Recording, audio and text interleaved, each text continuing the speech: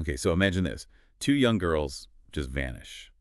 It's a seemingly perfect February afternoon, small Indiana town. Right. No obvious signs of anything wrong at first. They're just not there anymore. Exactly. And that's the core of the Delphi murders case we're really getting into today. It's deeply unsettling. Absolutely. We've been looking through the known facts, the evidence that's been released. And the questions, there are so many questions still surrounding this whole thing. Our goal here is really just to unpack the key elements for you, give you a clearer picture of this haunting investigation. It's a case that's gripped so many people, and understandably so. I mean, the feeling of safety, especially in a small town, it was just shattered. Completely. And the search for answers since then, it's been, well, complex, sometimes really frustrating for everyone involved. We want to lay out the crucial details about Libby German and Abigail Williams, try to piece together the information we have. So let's set the scene. It's February 13th, 2017, Delphi, Indiana. Yeah, a Monday, and weirdly warm for February there. Libby, she was 14, and Abby, 13. They had the day off school. Right, so they decide to go hiking, the Moon and High Bridge Trail. And it's important to remember this wasn't some super remote, dangerous place. It was a local spot. Oh, definitely. Well known, lots of people used it for walking, recreation, the kind of place kids would naturally go. Libby's sister actually dropped them off near the trail. That was around 1:35 p.m. Just two friends hanging out, enjoying the warm weather. Should have been a totally normal afternoon. And then it all just shifts. Somewhere around 2:07 p.m., Libby pulls out her phone. Yeah, she takes that picture. The picture of Abby standing on that old railroad bridge. It seems so ordinary, just a snapshot. But it wasn't. Tragically, that became the very last photo ever taken of Abby. It's frozen in time now, isn't it? Mm-hmm. Carries so much weight, so much sadness. It really does. And that image, it's so significant, especially when you pair it with the fact that Libby also managed to record some audio. Right around the same time. On her phone. Yeah, these little digital breadcrumbs, they offer this incredibly rare and frankly chilling glimpse into their final moments. And the fact that someone else was likely there. Exactly. So later that day, obviously, they don't come home. The family start to worry. Panic sets in. Understandably, they start searching right away. And as it got dark, police, volunteers, the whole community basically came out. Everyone searching, hoping. It's hoping they'd find them. Maybe lost, maybe injured, but okay. But that hope just vanished the next day. February 14th, Valentine's Day. Such a cruel irony. Their bodies were found near Deer Creek, maybe half a mile or so from the bridge they were photographed on. The discovery. It just confirmed the absolute worst fears. Yeah. It sent shockwaves not just through Delphi, but everywhere. It really did. It turned this awful local tragedy into something everyone was talking about. A stark reminder of how quickly safety can just disappear, even in places you think you know. Okay, let's dig into that evidence Libby captured, because it's so crucial. In what must have been terrifying final moments, she didn't just take the photo. No, as we said, she recorded audio too, just a short clip. And in that audio, you can hear Libby's voice. It's faint, but clear enough. She says, "Guys, down the hill." Guys, down the hill. It's haunting to hear. What does that even mean? Think about it. It suggests she knew there was a threat, right? Maybe trying to direct Abby, or maybe even talking to whoever they encountered. Incredible presence of mind in that situation. Truly incredible. What was happening right then that made her say that specifically? And then there's the visual, also from Libby's phone.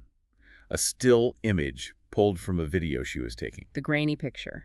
Yeah, the grainy picture of a man walking towards them on the bridge. Head down, hands seemed to be in his pockets. This figure became infamous as Bridge Guy.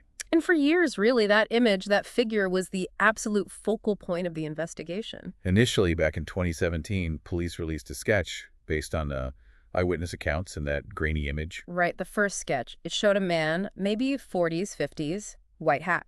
Yeah, that was the face, or the depiction at least, that everyone associated with the case for a long time. But then, and this really caused a stir. Oh yeah, big time. In 2019, so more than 2 years later, the authorities released a completely different sketch. Totally different. This one looked much younger, maybe 20s or 30s. It was a huge shift. Why? After all that time, why put out such a different image? What did they learn? That's the million-dollar question, isn't it? It suggests maybe they reanalyzed something or got new information. Could be. New witness accounts, maybe, or just a different interpretation of the video, the audio. It definitely shows how investigations aren't static, They evolve. New insights can change everything. So for Over 4 years after that sketch change, things seemed quiet. Publicly, at least. No arrests. It's just this awful waiting period for the families, for the community, living with that uncertainty, that grief. And you can imagine the theories online. It was everywhere. Was it random? Someone local? The online predator angle was discussed a lot, too. Yeah, when you don't have answers, people try to fill the void, right? It's human nature. Absolutely. And that long stretch without an arrest just fueled all sorts of speculation. People desperately wanted answers, some kind of closure. Then, boom, October 28th, 2022. An announcement that honestly shocked everyone. A major development. Yeah. An arrest. Richard Allen. 50-year-old man from Delphi itself. Charged with 2 counts of murder. Libby and Abby. A name that hadn't really been, front and center in the public discussion before that point. Which was surprising.